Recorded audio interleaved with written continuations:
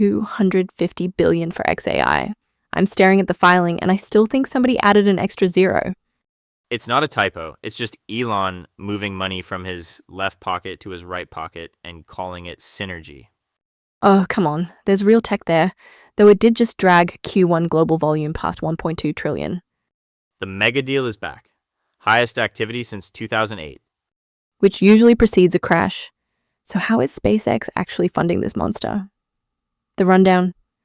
12 deals over $10 billion in a single quarter. We haven't seen this kind of mega deal volume since 2008. And the crazy part is the market is actually rewarding them. Acquirers are beating the wider market by 2.5 percentage points right now. European buyers are specifically leading the charge. Totally.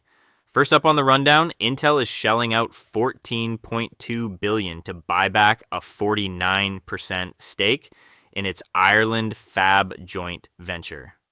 Classic Intel corporate finance gymnastics. You sell half the house when you need cash, and you buy it back when you realize you actually need the kitchen. The footnotes on that joint venture unwind are going to be fascinating.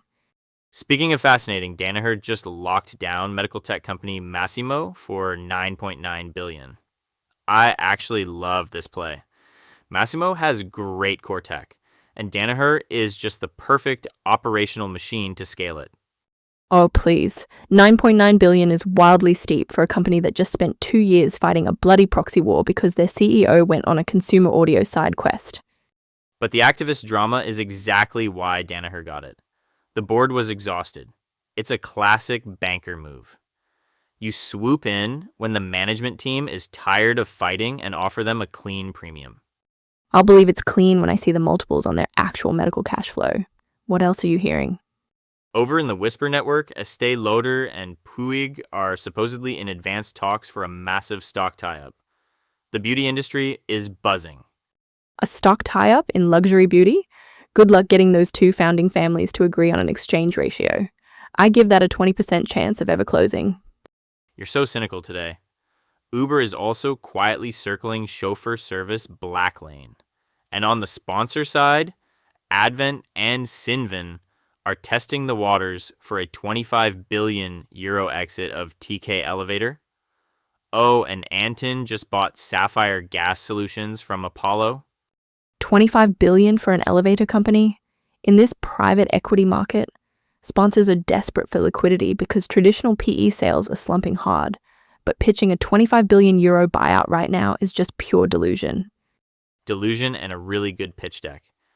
But you're right, the strategics are the ones actually writing checks, which is exactly what pushed Q1 global deal values past the 1.2 trillion mark. Right. We have to talk about the absolute monster in the room.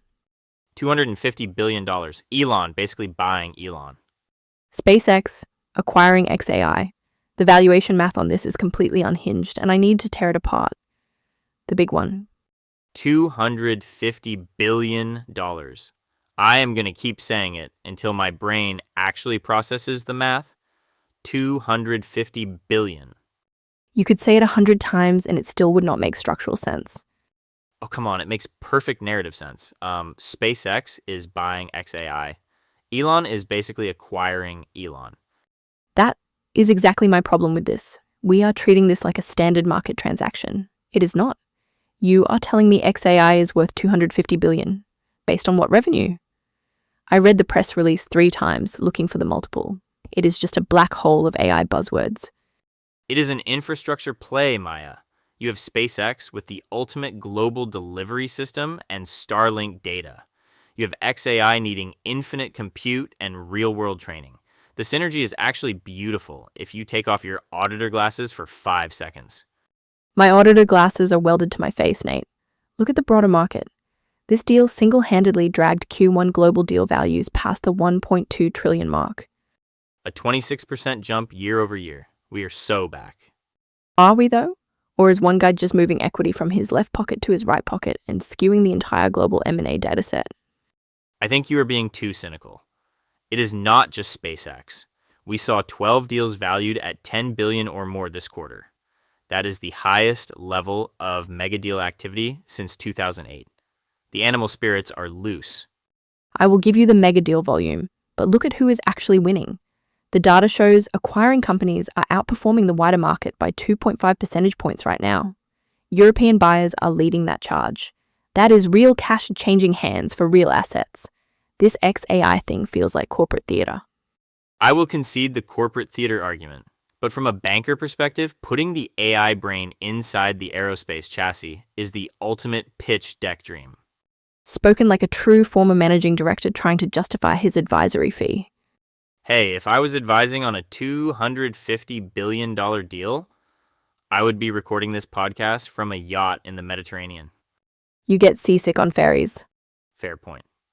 But you have to admit, seeing $250 billion drop on an AI company shifts the baseline for everyone else. OpenAI, Anthropic, they are all reevaluating their worth today. It ruins the baseline. How is any mid-market private equity firm supposed to price a normal AI startup now?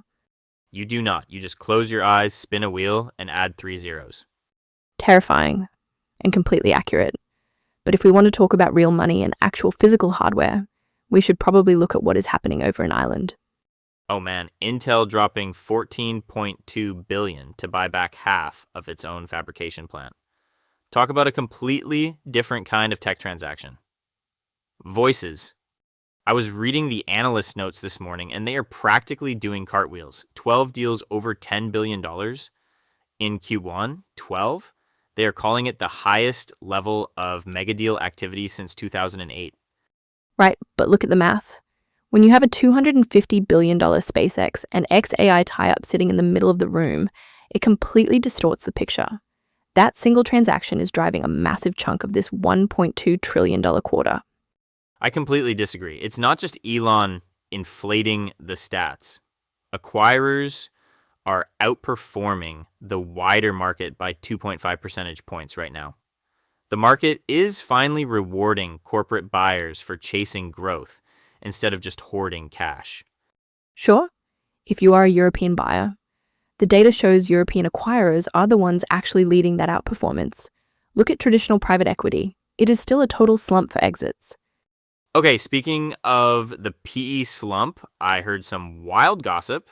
Advent and Cinven are supposedly testing the waters for a 25 billion euro sale of TK Elevator. Wait, really? 25 billion? In this rate environment? Good luck finding a bank syndicate willing to swallow that debt package. Hey, I used to pitch those exact pipe dreams. You just need enough charts pointing up and to the right. But seriously, strategics are stepping up while PE stalls. Danaher just locked up Masimo for $9.9 billion. And Intel is dropping $14.2 billion to buy back a 49% stake in its Ireland fab. The Intel move is genuinely smart. Reclaiming that equity gives them way more operational flexibility. But the real test for this quarter's momentum is whether these pending deals actually cross the finish line. Exactly, which means we need to look at Gilead. The clock is ticking on that Arkelix tender offer tomorrow. Spill the tea. Okay, but you cannot tell me an Estee Lauder and Puig tie-up isn't the most dramatic rumor we've heard all month. Dramatic? Yes. Actually happening as a primarily stock-based deal? I'm looking at the math and shaking my head. Puig literally just listed. Why would they trade their shiny new equity for Estee stock right now? Because family-owned luxury brands love a legacy play, and frankly, Estee needs the cool factor. But fine, if you hate the beauty drama, let's talk about Uber quietly trying to buy Blacklane. Wait, really? Uber wants the fancy chauffeur guys? They're making moves. It makes perfect sense. You capture that high-end corporate travel market that refuses to get into an Uber Black because it might be a Honda Accord with leather seats. Oh, come on. That is a terrible strategy. Blacklane's entire value proposition is that they are not Uber. If my corporate car shows up with an Uber app pinging on the dashboard, I'm expensing a real private car next time. You're underestimating the back-end synergies. Dispatch, routing, corporate accounts. They just slap a premium tier label on it and print money. Sounds like a desperate margin grab. Speaking of desperate grabs, are Advent and Cinven actually testing the waters for TK Elevator? 25 billion euros amidst a massive private equity slump. Classic banker move to float a trial balloon that big just to see if anyone gasps. Well, people are spending. Look at Q1, 12 deals over $10 billion. Best mega deal activity since 2008. Intel just dropped $14.2 billion to buy back half its island fab. The money is absolutely there. The money is there for chips and AI. Are people shelling out $25 billion for elevators right now? I have my doubts. We'll see if the buyout shops can actually close. Which reminds me, we need to watch Gilead tomorrow. Right, that RCLX tender offer deadline got extended? Exactly. Let's see if they actually pull the trigger or just drag it out again right after the break. Tomorrow's radar. 12 deals over $10 billion in Q1, highest mega deal volume since 2008. The bankers are definitely ordering the good sushi again. Sure, but look at what's actually hitting the tape tomorrow. I'm waiting for Apollo to finally file the paperwork on Gatehouse Living. Gatehouse? Come on, Maya. UK real estate is a snooze fest compared to the gossip right now. Estee Lauder and Puig are supposedly in advanced talks for a massive stock tie-up. A massive stock tie-up is just PR speak for nobody wanting to part with actual cash. I'll believe it when I read the S4. You're allergic to romance. Speaking of romance, Uber is quietly circling Black Lane. Wait, really? Black Lane? The fancy chauffeur guys? Exactly. Uber Black just isn't black enough anymore, apparently. That actually tracks. Higher margins, captive corporate audience.